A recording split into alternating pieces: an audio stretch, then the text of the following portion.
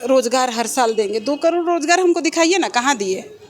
इन सब चीज़ों से परेशान होकर के थक हार के कभी भी राजनीति में जाने का प्लान नहीं था, लेकिन लगा कि अगर सोसाइटी के प्रेजेंट सिनारियो में कुछ भी चेंज चाहिए तो घुसना पड़ेगा। बहुत बड़ा दुरुपयोग है ना। तो हम लोगों को सबसे पहला है आर्थिक आज़ादी कैसे होगी। आर्थिक आज़ादी के लिए रोज़गार की ज़रूरत है। रोज़गार कैसे होगा जब हम प्लांट हमारे पास तो प्राकृतिक संसाधन की कमी नहीं है। रांची के डीसी ऑफिस में है और जिस तरह से जो है जितने भी लोकसभा प्रत्याशी थे उनका जो है आज स्क्रूटनी था।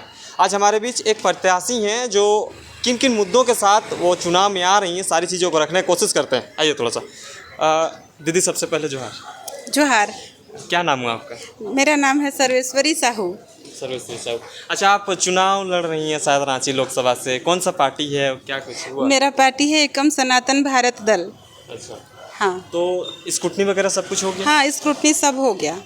तो क्या मुद्दा के साथ रांची लोकसभा में आप लोग चुनाव लड़ रहे हैं? मुद्दा तो देखिए हर बार नया नहीं होता है, मुद्दा तो पहले वाले होते हैं, समस्या का समाधान नया होता है।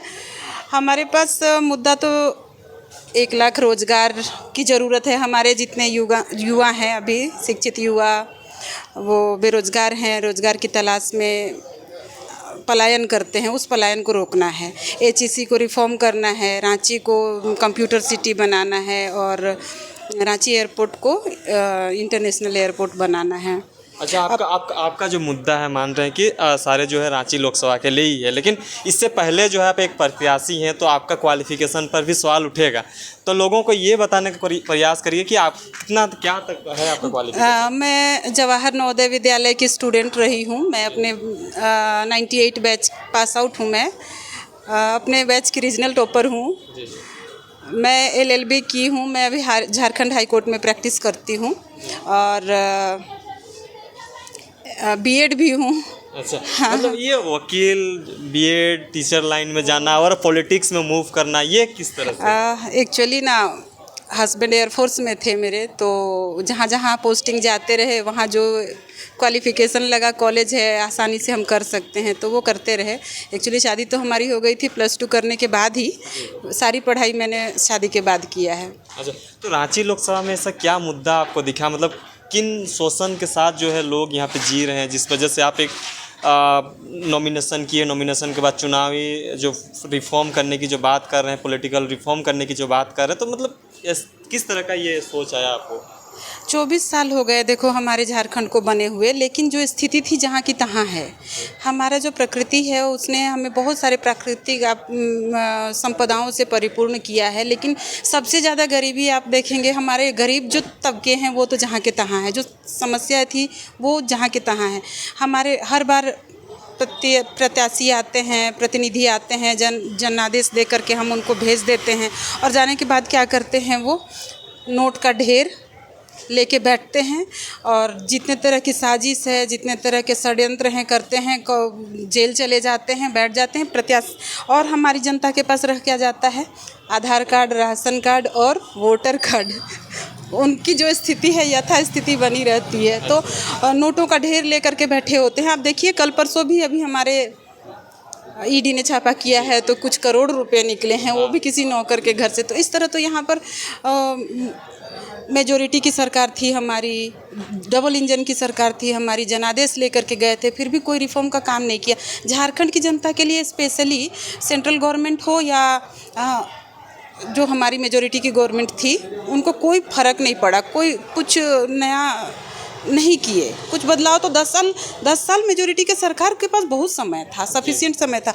वादा के अलावे क्या किए? पिछली बार बोले कि इलेक्शन से पहले आते हैं, बोलते हैं कि 2 करोड़ रोज़गार हर साल देंगे। 2 करोड़ रोज़गार हमको दिखाइए ना, कहाँ दिए।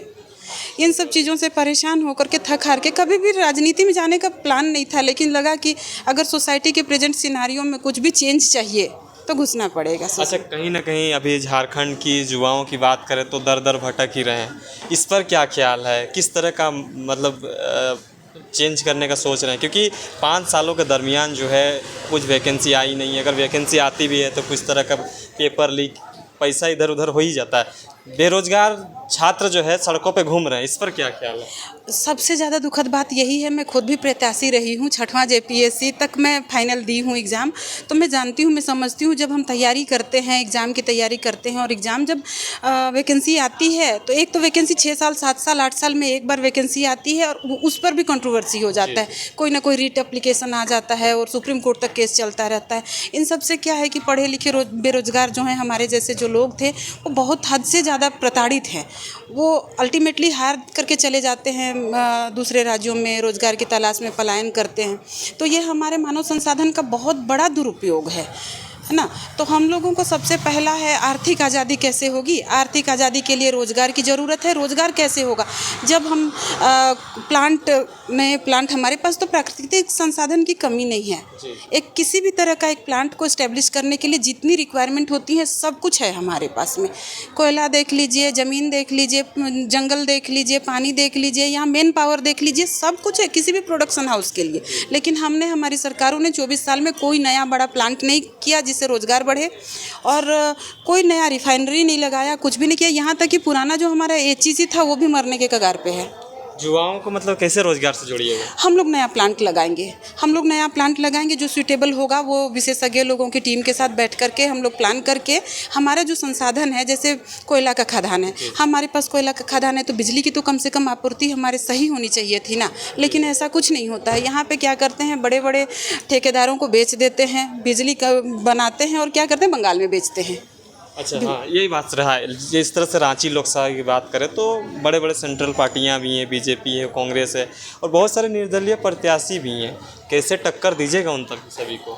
मुझे अपनी जनता पे भरोसा है, मेरे कार्यकर्ताओं पे भरोसा है और जनता अभी परिवर्तन चाह रही है परिवर्तन, व्यवस्थाओं में परिवर्तन। किस तरह का पकड़ है, क्योंकि आपका रांची लोकसभा में 6 विधानसभा पड़ता है। जैसे अगर देहात क्षेत्र में बोले तो जैसे ईचागढ़, सिल्ली, कांके, खिजरी, इधर हटिया रांची पड़ रहा है, तो मतलब पकड़ सब जगह है आपका?